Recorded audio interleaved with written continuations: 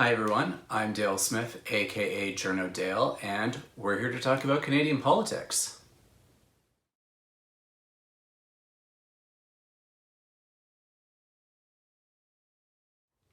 This last week, the NDP started debate on a bill that they put forward around instituting national pharmacare. The problem, however, is that this bill is almost certainly unconstitutional and is trying to create a shortcut for a longer process that the federal government is already engaged in.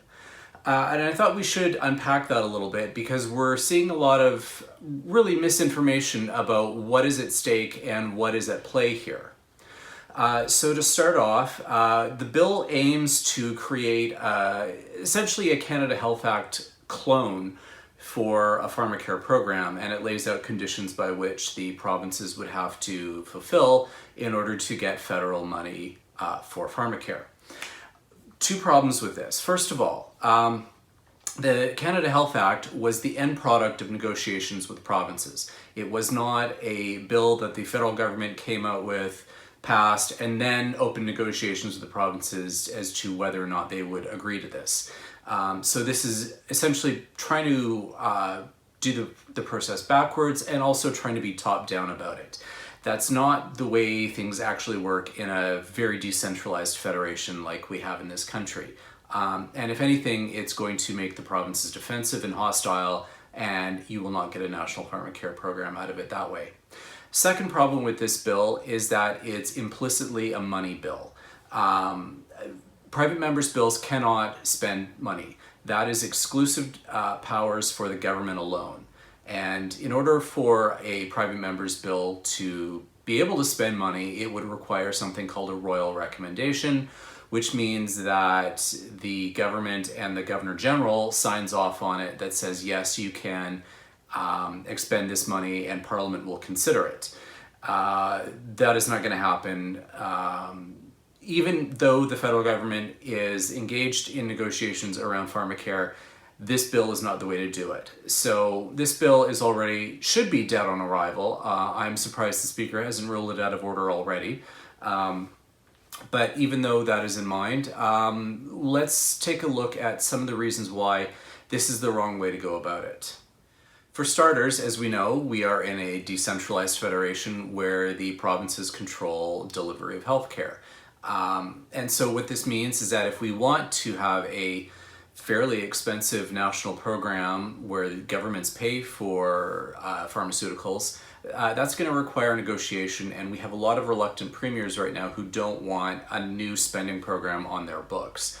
Even if the federal government agrees to contribute a large portion of this, there is certainly going to be consternation because it's still a program that they have to deliver, which also includes administration, as well as the fact that, we've had programs in this country which were being funded federally, and then when the federal government came into a particular debt situation, that they started offloading more of that responsibility onto the provincial books, and they don't want another repeat of that kind of an incident.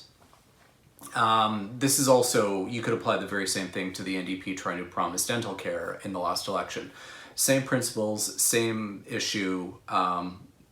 It's pretty much same thing all around, just with slightly different focus.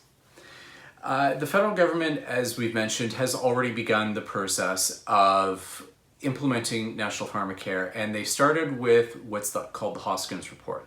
So what this was is they got a former Ontario health minister to do a report for them, which was an implementation report, and that's actually the key word here is implementation.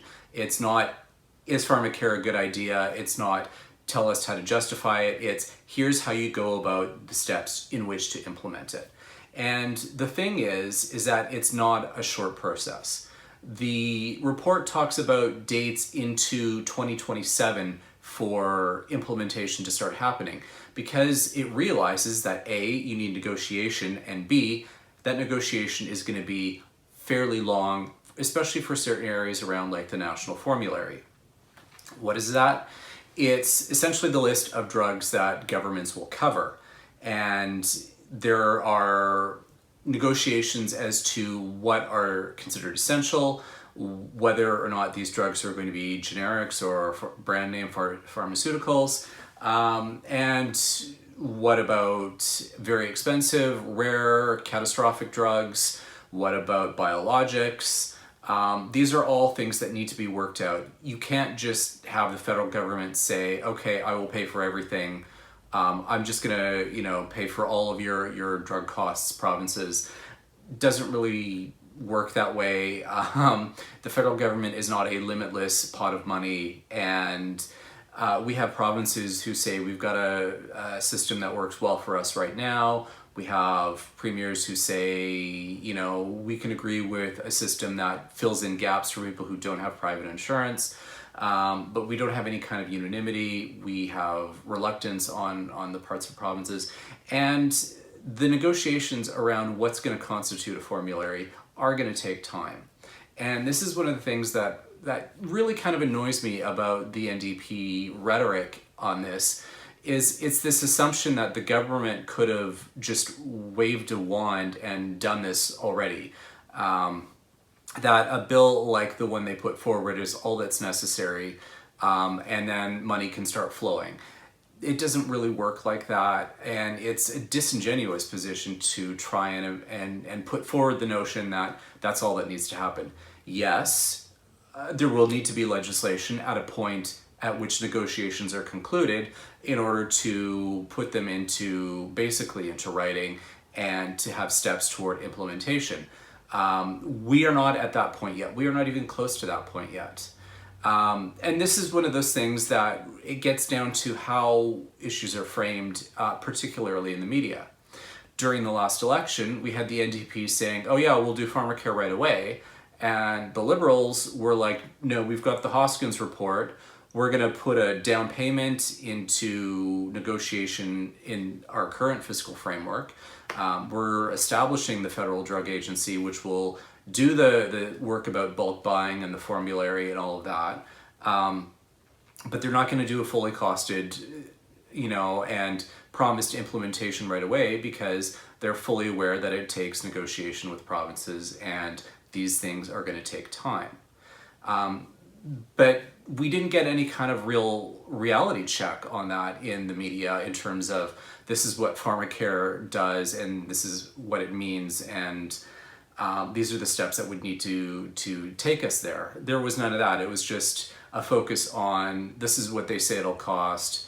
The Liberals seem to have underpegged that, even though it was explicitly a down payment for negotiation. So we didn't get a very good picture during the election in terms of media coverage of what it means. We had a couple of economists who would try and do a reality check. That, the penetration of that is probably fairly small.